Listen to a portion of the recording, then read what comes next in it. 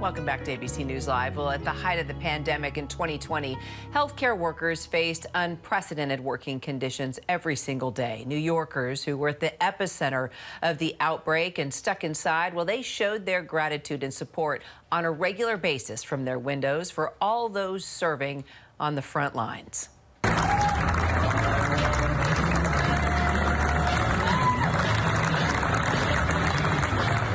And as we celebrated these healthcare heroes, well, many of them made the decision to actually travel around the country to help combat COVID, including Lydia Mobley and Alex Stowe, both travel nurses who join us for a second time here on ABC News Live to discuss their journeys. Lydia and Alex, so glad you're back. You know, you were here and you spoke to my co-anchor Terry Moran back in January when we were in just the height of the Omicron wave in this country. And now we've approached 1 million COVID deaths in the U.S. You both worked on the front lines. You saw this fight firsthand.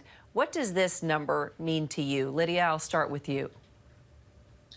Thanks so much for having us back, Kira. I think it's important to both Alex and I to mention with such a huge number that a lot of these deaths, as we now know, were preventable if people had chosen to get vaccinated.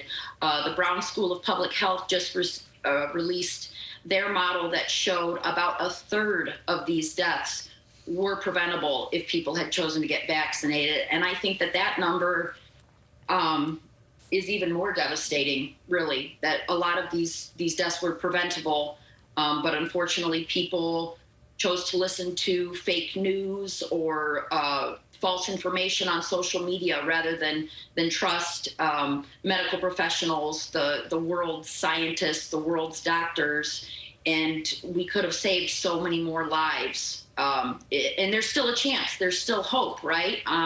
There's only 30% of the eligible population that has gotten boosted so far. So many more lives can be saved if more people will just get vaccinated. Yeah. And Alex, you know, let's talk about the burnout that has happened among so many healthcare workers. It can happen in any job, really, but you're dealing with life and death every single day. It takes a mental and emotional toll like no other. What are the symptoms of burnout that you actually experienced, and how have you kept going? Well, and you can see it a lot when you talk to other nurses, too, where, you know, I've heard of nurses who cry on their going into the work because they know what they're going into, what to expect, and it's the same in and out. And you know, you hear other stories of people, you know, you don't sleep well, you go home and you unfortunately can't leave it at the door. You take it home with you, and when you're trying to go to sleep, in the shower, whatever, eating, you think about your shift, you think about everything that happened. And I've talked to nurses who are like that, and the burnout is very real, and it's going to get really real. I've talked to other nurses who, you know, they've said that if there's another surge of COVID, that they don't think that they're going to be able to go through treating patients again, that they're going to have to leave the bedside because they won't be able to handle going into that environment one more time. Wow. It makes us all nervous because we need you guys. And Lydia, it doesn't seem like the pandemic will ever truly end and that we're just going to have to learn to live with it. From your experience on the front lines, how can we better cope and adapt to that reality? Again, first and foremost, if any viewers haven't been boosted, especially if they haven't gotten their initial series of vaccinations, but the biggest way that you can help out to end this pandemic so that we can get out of this is again to get vaccinated. But also, I don't think it's really a big deal anymore to wear a mask. I just ordered more on Amazon for myself and my family.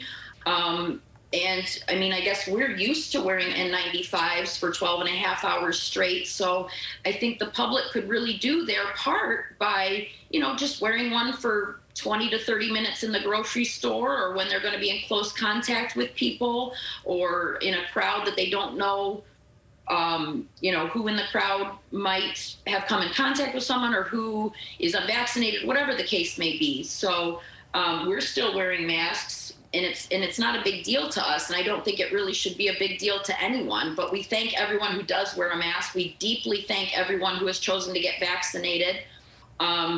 You know, we have gone on a vacation, but we still wore masks on the plane, even though the mandate had been lifted. You know, there are simple things that we can do to ease the burden on the world, you know, and just get used to it.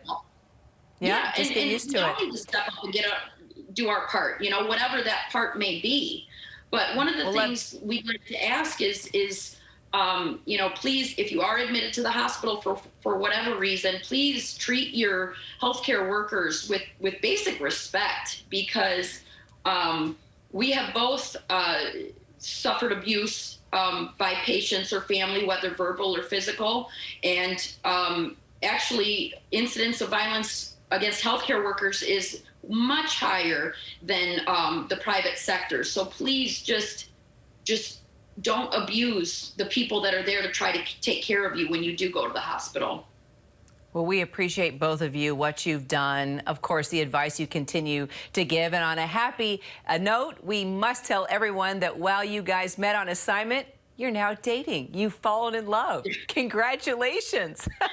And I'd like to say, you know, we're kind of a part of that. We kind of helped with this. There you are when you met while working. I hope we all get invitations to the wedding. Will you keep us posted? We'll keep you posted, but it might be a while. Alex is blushing. I think this is the most quiet we've ever seen him. All right, let me know if you need help picking out a ring, Alex. He's very private.